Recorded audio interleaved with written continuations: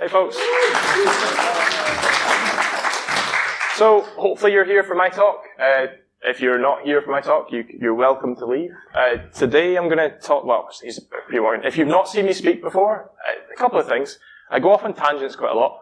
I swear now and again, and hopefully you enjoy the talk. That's not really a warning, that's just kind of like, if you've got questions, save them for the end. I've had interactive talks in the past, but because, fuck everything. So this is me. I'm Andy Gill. I'm also known as the professional of the internet on most things. I am the UK and EU, it's the wrong way around, EU-UK adversarial engineering lead at Lares Consulting. So what that means is I do red teaming and delegate things to other people. It's great. I've been slightly defensive, but mostly offensive for over a decade. That is applicable to both security and vernacular. It's not the right word, but words are hard. I've written 2 books. So the first one is on how to get into pen testing, and the second one is on how to get out of pen testing and go into other areas. And I'm also a contributor to various open source software projects. The most recent of which is CredMaster, which is used for mass brute forcing against endpoints. So if you've got set credentials, or you don't have set credentials, and you want to get into like Azure or Okta or other services, CredMaster is the tool for it. So what I'm going to be talking about today, this is less of a technical talk and more of a, if you're wanting to get into pen testing, or if you've done pen testing for a while, or maybe you don't understand pen testing, it's not going to be any of that. It's going to talk about kind of the mistakes we make as pen testers, why the business hates pen testers, or techies in general. Like, it's not exclusive to pen testers. Generally speaking, business hates technical. So don't tap the chair, please. That's whoever the fuck was tapping at the back. So it's relevant to anyone working as a consultant with an organization who is in a technical role. So as a consultant in pen testing, you speak both geek and suit, and it's really important to be able to do. I'm going to be talking about risk understanding, and I'm going to talk about the common mistakes. I'm going to talk about why the business should actually care about findings, and how to translate them into tangible value. Showing value as a consultant, so delivering your deliverable, giving like talks, giving debriefs, delivering reports, not calling the client a cunt is always a good one to start with. Taking like vulnerability assessment tools, this isn't exclusive to things like Nessus, Qualys, DOSunetics or Acunetics. They all have similar things, and then transforming them. I didn't finish that slide. Transforming them into actual findings. That's what I meant to say. Real professional here, folks. So, understanding and conveying risk. There are multiple components that go into risk. And when you're getting into pen testing or you want to get into consulting, one of the things that people don't really tell you is, realistically speaking, you're getting paid to write reports. The hacking is free. And if you get that into your mind and you go, right, okay, I want to do all the cool hacks, I want to get ODAs, I want to get remote code execution, that's cool and all, but being able to convey that to a client is really important. And understanding the context in which you're conveying it to the client is even more important. Someone in this room, who's sitting in the front row about to fall asleep, told me a really wise words a while ago, is every finding you raise to a client creates work for someone. So being able to contextualize what you're raising to someone is really important. And what I mean by that is, if you have something that is, say a finding, say you've got SQL injections, so you've got an application that's vulnerable where you can inject malicious queries and then get data back. That, depending on the context, might not be a critical risk. If it's on the internet, unauthenticated, and you're getting personal identifiable information, yes, it's probably a critical. However, if it's on an internal application where there are multiple technical and procedural controls in place that are restricting access, maybe you're on a virtual desktop environment, you've got multi-factor authentication in place, you might have input validation to an extent, then that goes from being a critical to maybe a medium risk, or maybe even a low, depending if there are compensating controls. Equally, things that are maybe where you're thinking, right, okay, I've got this really cool attack chain, I've exploited like Active Directory Certificate services, and the fix for it inside the environment might be rebuild your environment. So where you might raise it as a high, the actual fix is more detrimental and more difficult, so that raises the risk and hopefully raises the priority to the organization. And one thing I'll talk about later on is prioritizing what you're reporting to clients.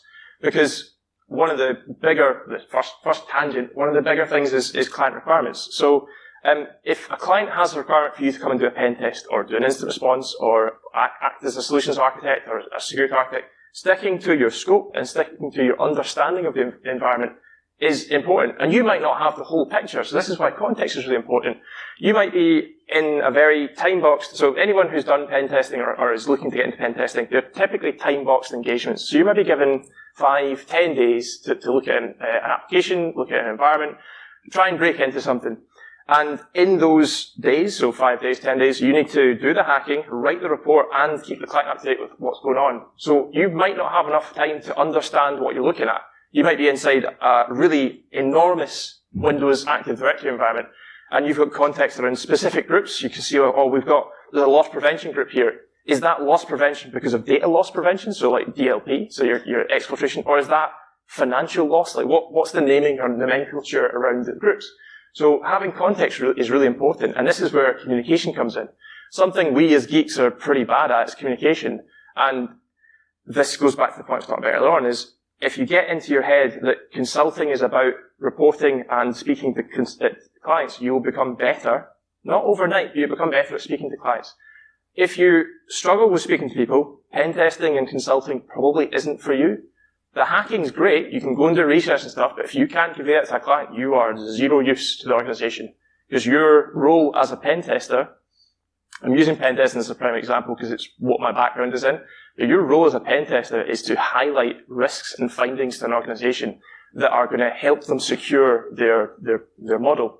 And it might be that you're raising things that are not necessarily technical findings, but they might be procedural faults. So one of the things that I find quite commonly in things like insider threat engagements, so insider threat assessments where you start as an employee, or maybe you've got credentials and you've got seeded access into an environment, and you need to emulate a malicious employee. So you've got insider threat. So insider threat split into two, here we are, tangent, but split into kind of two waves. You've got malicious insider and you've got accidental insider. Accidental insider tends to be, say an employee accidentally drops production database. It happens, people do it. That's an accidental insider. That's still an insider threat because it's a risk in terms of the business. But a malicious insider is someone who goes down purposely to go and achieve actions objectives. Can't remember where I was going with this. So your action objective. So your finding might be a procedural finding. So the procedural finding that I come across quite frequently is poor data governance management. And what that actually means is that if you're crawling file shares, so you're running something like Snaffler or Invoke Hunt shares, so there are two tools that are used for indexing SMB shares, so file shares within a Windows environment. You have Samba as well. And then searching them using regular expressions and various other strings to catch things. So you're looking for things like keys, maybe insecure permissions. In itself, that is a technical finding, but the failing there is poor data governance. So that the failing in that is that the organization, people within the organization have maybe set up the permissions wrong, or they're maybe putting things in a central file share that shouldn't be centrally managed.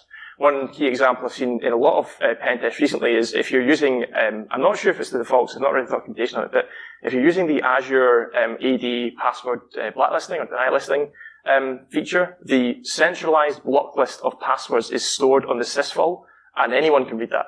Now, that's not necessarily sensitive information, but if you get access into the environment as a malicious insider and you want to brute force passwords, having the list of things that shouldn't be allowed is a really good starting point, because you're like, right, okay, I'm going to try some of these, and there might be legacy accounts that have these passwords, but the odds are there's not going to be very many. So taking them out of your string list and saying like things like seasons, things like months of the year, company name are quite common, local cities and stuff. I mean, by default, I think Microsoft has like the top 100 passwords that are there, so you've got like password, welcome one, that kind of stuff. But taking that mindset and applying it to looking at things at a more broader scale will allow you to deliver better value. So, the kind of common mistakes that pen testers make. What I was talking about earlier on is raising a finding or raising a specific issue in a report creates work for someone. And that is true. So anyone who's ever received a pen test report, or anyone who's ever looked at an incident response report and seen all the alerts, that you have things like alert fatigue where you've got thousands of alerts and you're like, okay, well, I don't really know what to do with this, or I don't want to deal with this. It's the same with pen test reports.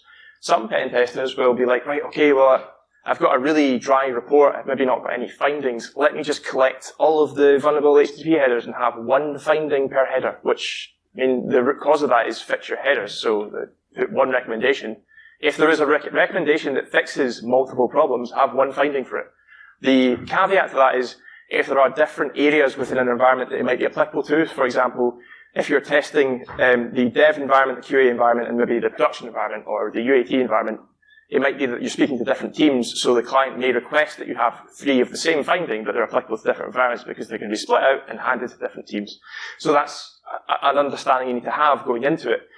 The other thing is taking vulnerability assessment findings. I've talked about this in the past, but a vulnerability assessment and a pen test are 2 totally different things, and so is a red team and so is a purple team. They are not the same thing.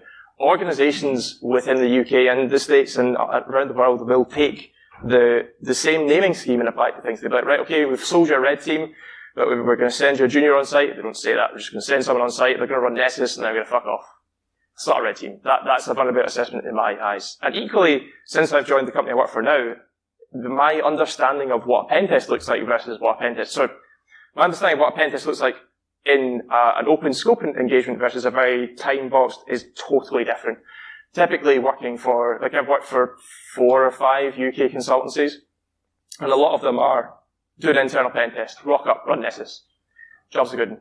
Found some findings, exploit them, or maybe don't exploit them, just find them. Whereas the company I currently work for, you don't really run Nessus. I mean, you run it maybe now and again, but you're looking at kind of root cause analysis, high risk findings, high impactful findings, things like really complicated attack paths, whereby you're maybe compromising a path to domain admin, and you're maybe looking at getting, I don't know, vulnerable certificate services, and you're getting a malicious certificate, and you're impersonating domain admin, and you've got domain admin. But that's not even the main objective. That's like stage 0. And then your actual actions and objectives in the pen test are, well, I want to go after financial data, or I want to go after intellectual property, or I want to go after these specific documents.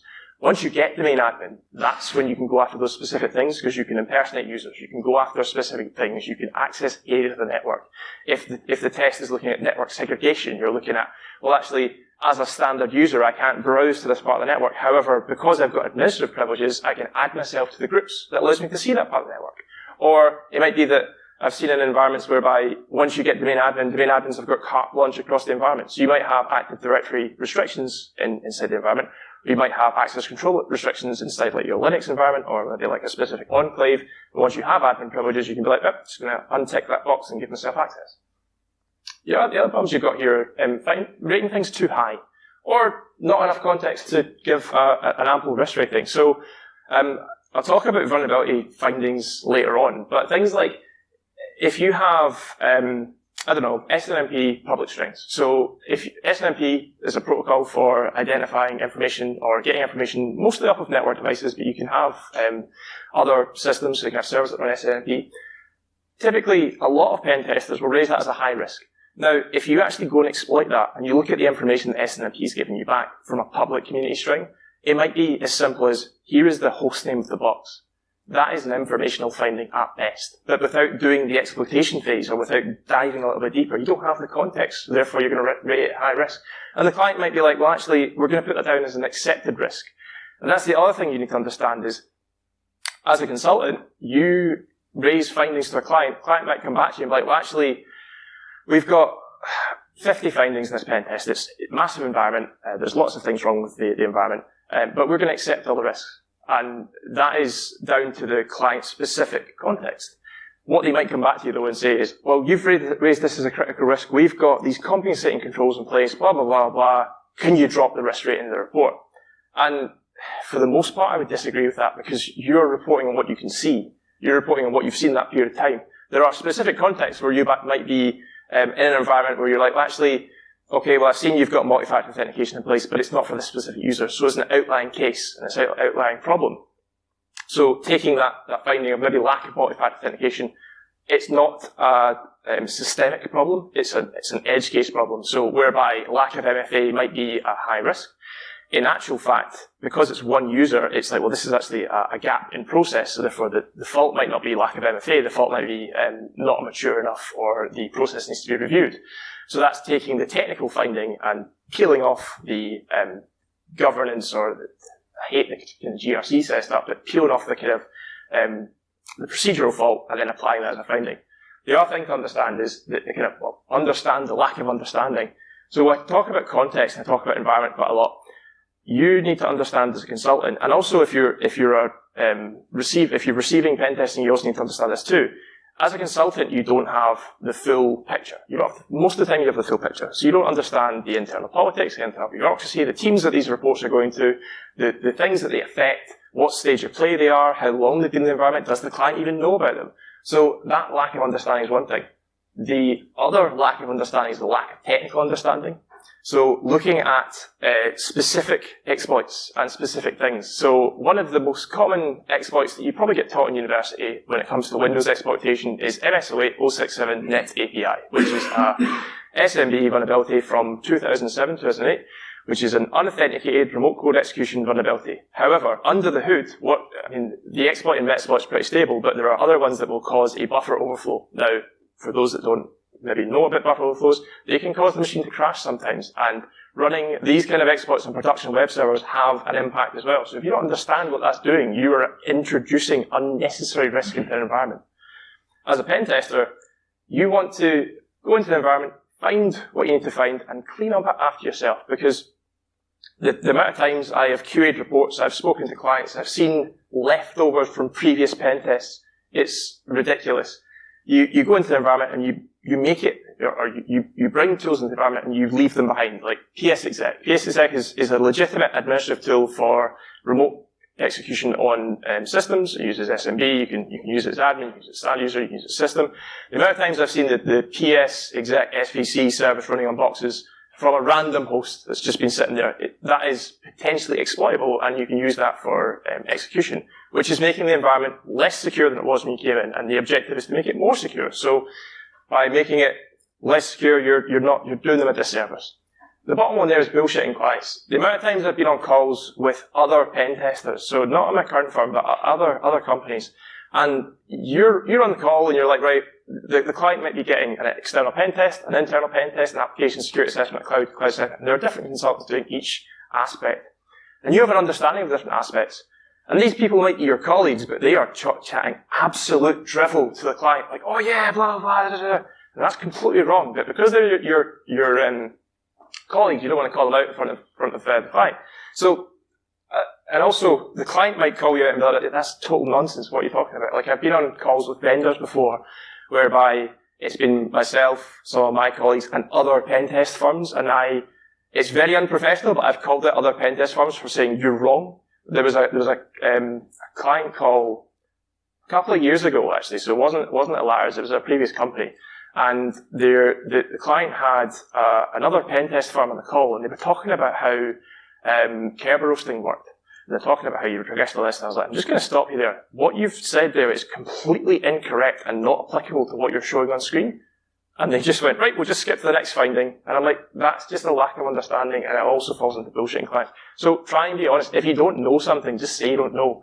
And if you're trying to be professional on a call with a client, try and mask your language in a way that you're social engineering your client into talking about different things. If you're not comfortable saying, I don't know. It's also important to have humility in this game too. Being able to admit when you don't know and say, well, I don't know about this, but I'll go and research it, or I'll find you the answer.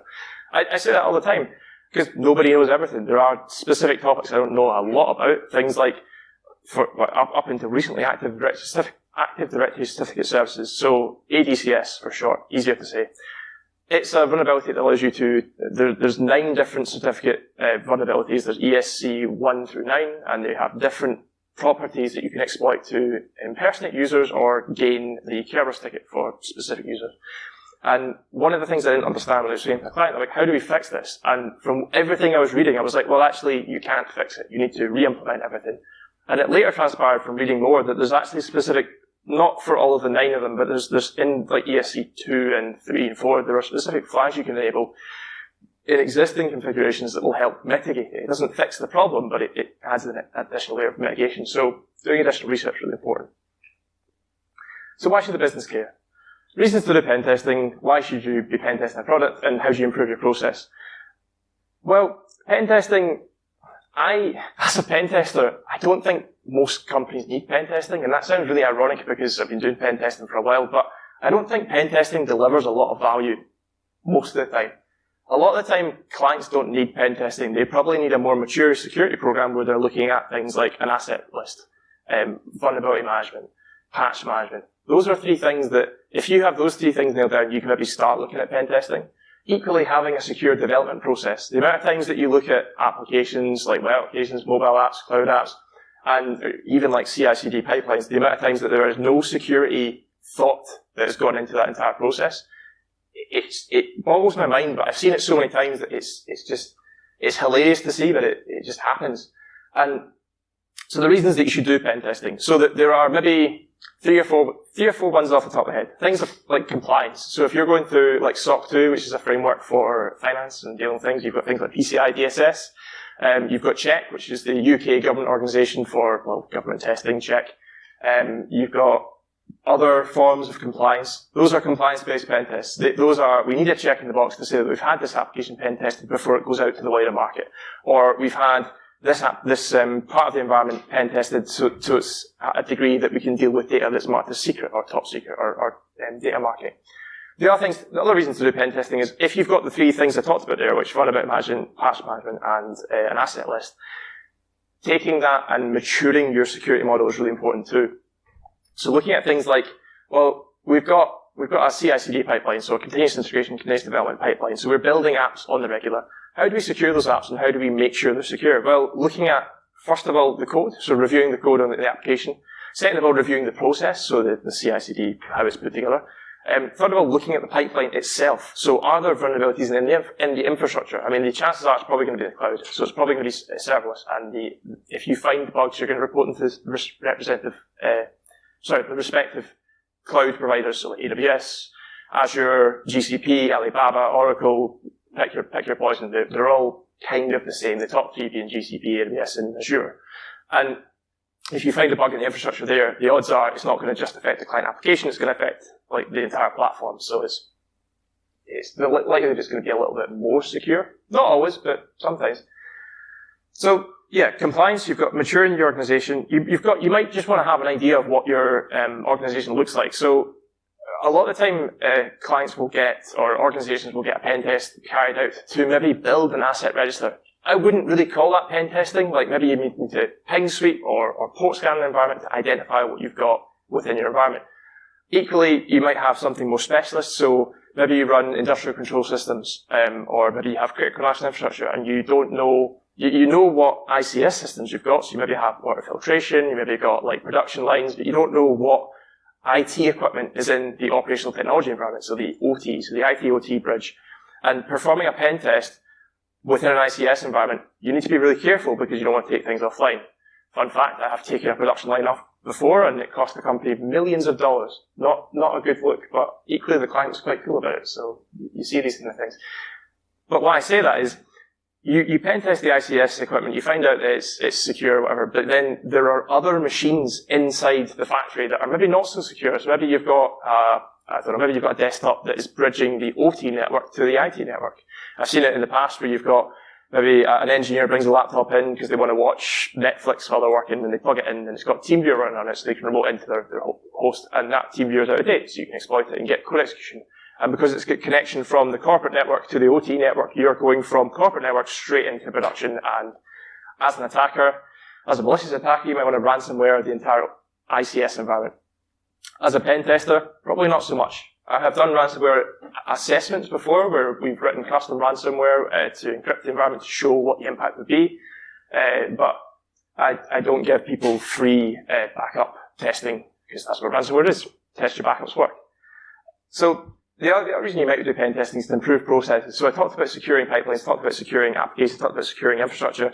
If you've got certain things internally that are like procedural and governance faults, doing pen testing might identify those things. So where you have a good example of this is password policies.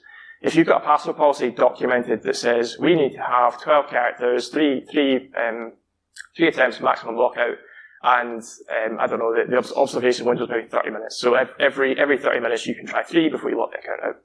That's all documented. It's in theory been implemented by group policy, but then you go to test it and it's like, actually, I can do 20 before I lock accounts out, and there's no observation window. So proving that controls work, or disproving that controls work, so creating a hypothesis and proving and disproving it. It's another reason why you should do pen testing. Reasons to hate, right? So I talked a bit earlier on about pen testers, consultants making environments more insecure than they were when they first came in.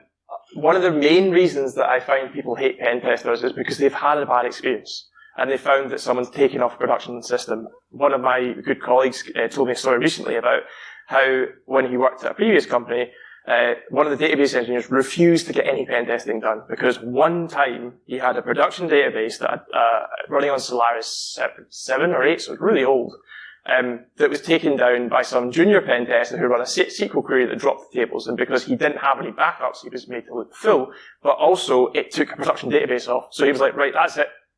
No more pen testing, don't want it. So as a result, it made the organization had to de-scope that from pen tests. And the organization, as a result, were like, well, we've de-scoped this from the pen test. Maybe the execs don't have the context around it. So they're like, well, we hate the pen testers as a result, and they don't have the context. Another thing, anyone who's ever been on site for a client, anytime anything breaks on site, doesn't matter what it is, the light switches are going off for, I don't know, the electricity up. Oh, it's the pen tester's fault. Yep, must be scanning the network. Absolutely pen tester's fault. It's not, but people still blame us. People don't like it when things break either. So making something intentionally unsecure, or maybe not understanding that they're making it insecure, they might not hate you at the time that you're doing the pen test, but you might come later down the line and maybe it's a compliance-based engagement. You come in, you give your report, and you go, right, okay, there's maybe 10 high risks, whatever, and you leave stuff lying about. The auditors come in, they look at the report, they go, right, okay, and then they look at the environment, and they go, well, actually, you've not fixed this, or this is now vulnerable to this because pen tester X has done Y. So having the understanding that you are potentially breaking things in the environment is really important too. And like I was saying, everything's broken. Lack of cleanup and care of the environment's kind of self-explanatory, taught that to death. So maximizing your return. So this is where being a consultant first and being a hacker second is really important. So taking your understanding from, I am looking at your environment, I'm going to work with you, and I'm going to understand what your business does. So security, for the most part, is a loss to an organization in the sense that it's a financial burden, it's a black hole. Like, until the return on investment comes from security, people don't see. So what is the return on investment for security? Well, we didn't get hacked, so we saved X millions of dollars. But the business doesn't care about that. And it's the same with pen testing. It's like, oh, we've got an invoice for 100 grand for pen testing. Why the fuck do we want to pay that? Like, what benefit does that give the organization? So working with the customer to allow them to, or to enable them to better understand their environment and better understand the value. So taking what I've said, hopefully in the last 20 minutes or 30 minutes, and taking that and applying it to when you're speaking to customers. Equally, taking their understanding of their own environment and maybe giving it a different light. Because as a pen tester, you speak to lots of different people. You speak to executives, you speak to developers, you speak to people who are maybe not technical at all. So people in marketing, sales. You've got those that are maybe sysadmins. At points in which I've done engagements, I've learned more about a client's environment than they know about their environment. So you might uncover things that they don't know about. You might uncover, I don't know, maybe Bill in finance has brought a Raspberry Pi in because he wants to sit and mine crypto, or he wants to sit and download porn, or he wants to do whatever, and he's got another way of doing it. By being on the network and finding that, maybe not porn so much, but finding the Raspberry Pi and be like, right, that's a bit weird. You've got a massive Windows estate, but you've got no Linux boxes apart from this random machine that's got the default password of Raspberry. So you've got Pi and Raspberry, boom, I'm on a Raspberry Pi, I've got access. Speak to the client, you go, right, we found this thing on the network, and they're like, we don't have any Raspberry Pis, what are you talking about? And it turns out it's plugged in under somebody's desk, so you find out, you do like an ARP-A, or you work out what the IP stack looks like, and it's got an IP address, or maybe it's native, or maybe something else is going on, and you can identify things. Equally, in application security testing, you might look at it a totally different way, or most of the time we do as testers, we look at applications in a totally different manner to the way in which the dev intended, and that's why pen testing can be really valuable, because things like privilege escalation within applications, you might have an application that you start off as a standard user, you find out through some means that there's maybe a lack of validation, like Dave and I were chatting about this on the car on the way up yesterday, there may be a lack of validation in terms of headers, so you might have client-side controls on your application that restrict what you can do client-side. So maybe the password policy is you've got maybe 10 characters password client-side. But if you send that in a BURP request or send that in a proxy, and you forward that on, you might have a password of no characters or one character or whatever, and that is circumvented a client-side control because the developer hasn't thought about that, and that's why pen testing is really important. Equally speaking, privilege escalation. So a lot of applications nowadays are built on frameworks, and by default, for a lot of them, they are more secure than they would have been 10 years ago because there are security controls applied. Now, to get something to work, you might read a Stack Overflow post as a developer and say, well, actually, I need to turn this setting off because I need to get this CSS working, or I need to get this specific thing working. And what you've done unintentionally is turned off a security control which has made your application more insecure. So as a consultant, you're coming in, you're looking at it, you're like, actually, this application is vulnerable to cross-site scripting, or this application is vulnerable to SQL injection. And you've read the documentation, like, it shouldn't be vulnerable to this because you've got all these controls enabled, but it turns out they've turned off user input validation, for example. So understanding that and being able to apply it and telling the client about their application, and equally telling the client about things that you might find that are maybe not security findings, maybe not governance findings, maybe they're just QA findings. The amount of times I've done pen tests in the past whereby you do an application security test, or you do an infrastructure test, you do a cloud test, the application hasn't actually been through QA, so you find things that are broken in the app that aren't security faults. They're just like, I click this button and nothing happens, and that might be a thing to raise to the client as well. So that's providing extra value and extra understanding.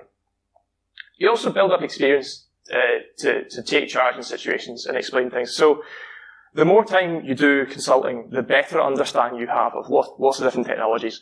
One of the things I learned quite quickly when I started pen testing was you were thrown into probably a different environment every single week or every other week. And you might know nothing about it. So when I first started in pen testing, what was it, about 2012, 2013, 2014, and I was working for a large security vendor at the time. And it was my first day, like, here's a laptop, install Nessus, jobs are good, and go and do whatever. They're like, right, you're going to Norway next week to do a VPN build review. And I was like, I know what those words mean, but not what the order is. So learning on your feet and reading documentation is really important as well. And building up experience. So this is important for learning pen testing. This is important for getting hired. This is important for just building up a general understanding of the industry. One of the things that I've found over the years of interviewing people, speaking to people, doing things with clients is side projects are really important. I'm not saying you need to go and do side projects, but if you have like a home lab or something, or you have an interest in cloud, or you have an interest in game cheats, game cheats is quite a good one for malware development. Doing that kind of stuff in your free time builds up an arbitrary or a different understanding of a different topic that's not relevant to your main job. But you might be on a call with a client, and you might be like, a good example of this is I run Unify, so Ubiquity equipment at home, and I was on site working for a council a couple of years ago doing government work or check work, so kind of compliance. And they were having problems with their access points. They're like, oh, these are not adopting or whatever. I was like, I'm just going to put the security work aside and be like, I've seen this problem before because Ubiquity is a shit show when shit goes wrong. Like, it's fine when it's working, but when it's not working, stuff goes wrong. It's like, here are all the things you can look at, here are the things you can fix. This is not my professional advice, this is just personal. So that was a situation I took. Also, on the same topic as Ubiquity, I worked an engagement, a red team last year, I think, and around about the time, maybe it wasn't last, it was when Log4j came out. So Log4j, vulnerability that affects the Java library, enables you to get remote code execution on an endpoint. What I found from messing about with my own home network was the Log4j exploit that was available didn't quite work, so I fixed it a little bit up and published it to internal Git, and I was like, right, okay, next week on a client engagement, ran the same exploit and got a shell on a Ubiquity endpoint, and I was like, oh, this is running the same stuff. So running lab stuff is really important. Home labs as well, it's not a mandatory requirement, but it does help. So if you are unsure about a topic, or you're unsure about a technology, or unsure about how to do something, maybe you're really interested in SQL injection, and you've been through like Hack the Box, you've been through like Try Hack Me, and you're still not quite fulfilled that hunger, fulfilled that understanding. Building a home lab and looking at how it's built will allow you to understand it better. I still stand by the methodology of build, break, defend, fix. So if you can build something, understand how it's put together, understand the specific configurations, you're going to be better at breaking it because you're going to look at how these things are put together and what the things you can suck a bit. Equally, if you can build it and break it, you're probably going to understand how you want to defend it because you've got it built up so you can look at it, you've found the attack, you understand how the attack works, how to defend against it, well, what are the mitigations, what are the countermeasures that you can apply to mitigate that? And then finally looking at fixing it. Because you've got the full chain, you can look at, is there a quick fix to this? Is it a case that, like MS08 067, for example, it's a patch?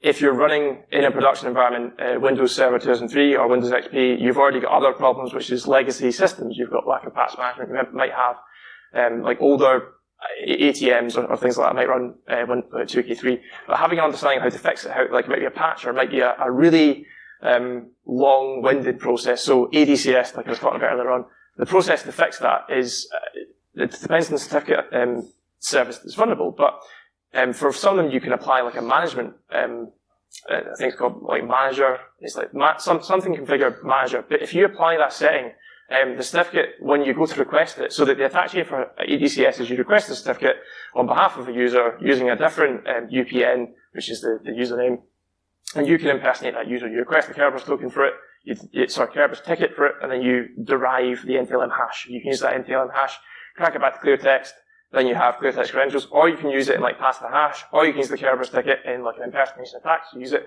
import it into your session, and access things. But by applying that management feature, what that means is when you request a certificate, it goes for manager approval. So the whole attack chain is broken at that point, because when like Certify or Certify, they're the two tools that are used. Certify being the Linux implementation and Certify being the C# Windows implementation. You can run C# and Linux, but this kind of Windows Linux. When they go to request the certificate, the approval comes, it goes to approval, and if it's not on automatic approval, or there's not a setup for that, that'll flag an alert to the SOC. It'll probably flag an alert if you've got it set up to IT to approve it. And if IT is getting a random request from, I don't know, Dave's iPhone or whatever, the host name, then that looks suspicious, and they're hopefully not going to approve it. Don't fall asleep, guys. I'm not that boring. So Aiden's just like falling asleep. So yeah, working with customers and consulting effectively, building up experience and taking charge. So when I say taking charge in environments, talking about the situation earlier on where you're on a call with maybe multiple clients, multiple consultancies, multiple vendors. If you know a topic really well and you can explain it to multiple audiences, that comes in handy a lot.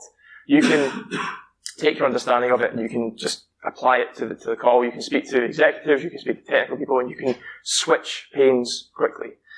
And that's another really important skill. So delivering your value is if you're able to take context on something, take SQL injection as an example.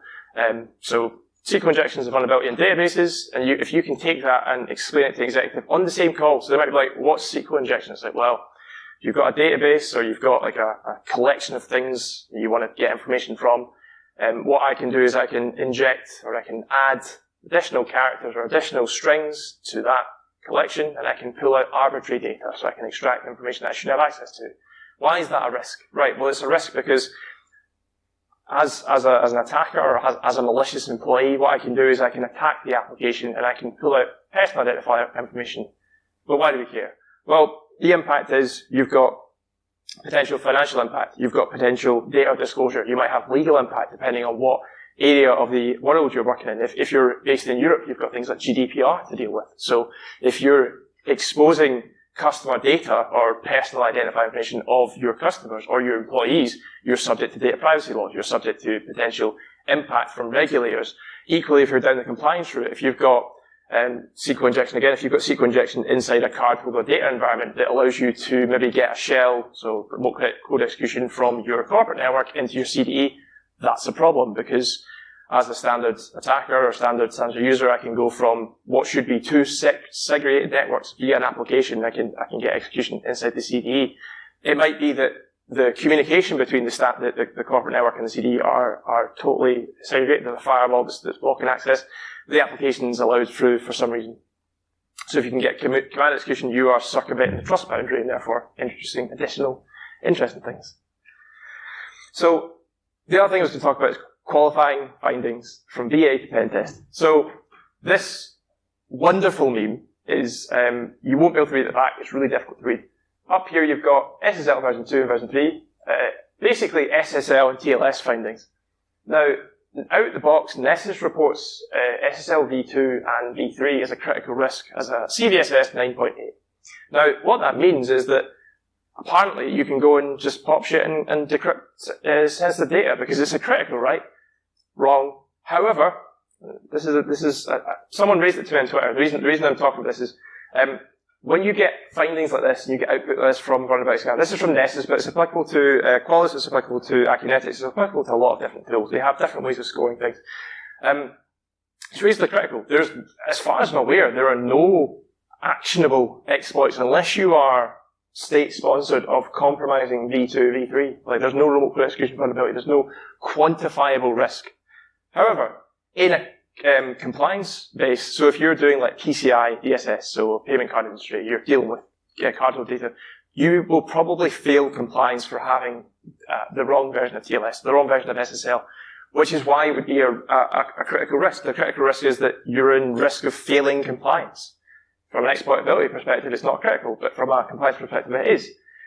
Consequently, there are a lot of informational findings that are actually critical. So, a really nice finding that Nessus raises, I use Nessus because I use Nessus as an example because I've used it quite a lot. Cisco Smart Install, which is a vulnerability that affects Cisco devices, fun enough. And it opens up an FTP server, and you can access it, and you can access the configuration, you can get remote code execution. That's raised as an information within Nessus. That should be a critical risk, because you're going from network access, so on the network, or maybe external if it's externally facing, to access to the switch, and access to execution on the switch, which is a problem. Similarly, you've got Proxy Shell. So Proxy Shell is a vulnerability that affects Microsoft Exchange, and it is raised, so Nessus has got various checks that it does, and a lot of scanners, it calls this the same thing, where it will be, if it can't resolve the URL, it's like, well, it's not vulnerable because I can't resolve the URL, but it doesn't bother to check localhost, it doesn't bother to check other things. So automatically it takes what would be a critical risk and marks it as an information risk. So building up that understanding of the environment, building up that understanding of like home lab and doing things, allows you to take that context and build it up around what you're looking at, to then take the risk, apply the context to the risk, and then mark as a critical. It might not be a critical, it might be a high risk. But it's just ridiculous you see this kind of stuff. So qualifying findings from a VA to a pen test, looking at the output from a scanner is one thing, looking at the environment's another thing. So scanners, another thing to understand, especially if you're starting out, scanners don't pick up everything.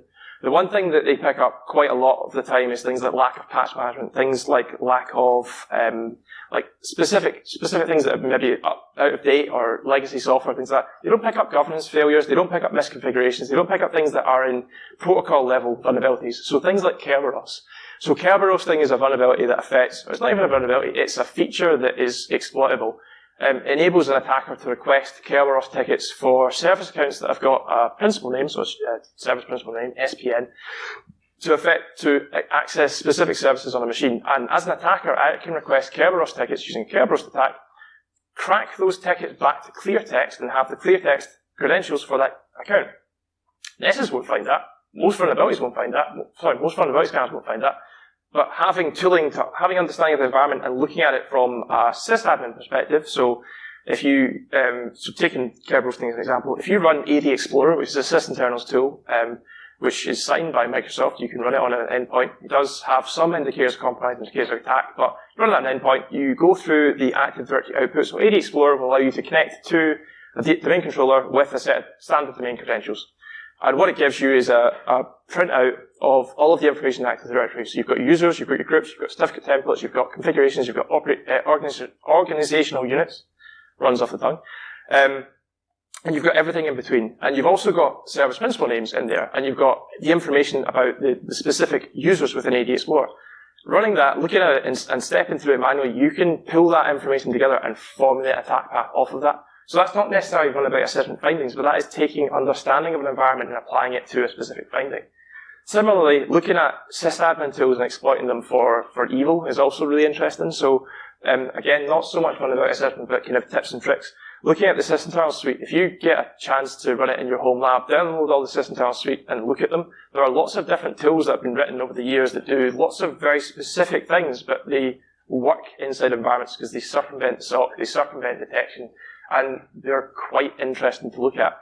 Equally, from a defensive standpoint, you've got things like Procmon, Process Explorer, Sysmon, that are all in the sysinternals suite. They're used for monitoring processes. They're quite interesting from a defensive standpoint.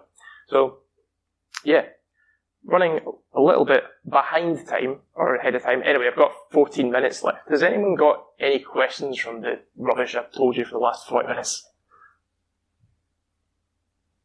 Don't all rush at once.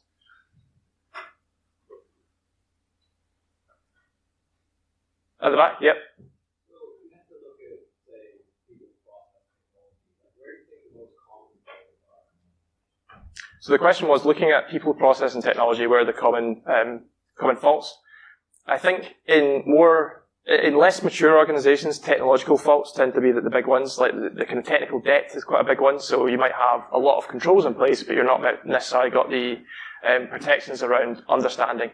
In more, equally, the people, I hate the phrase that people are the weakest chain, but almost always you can social engineer someone. You can catch them off guard, you can fish them. I mean, I'll admit it, I've been fished before, it happens. Everyone is viable to it. You might be in a situation whereby it's just the right time to catch someone.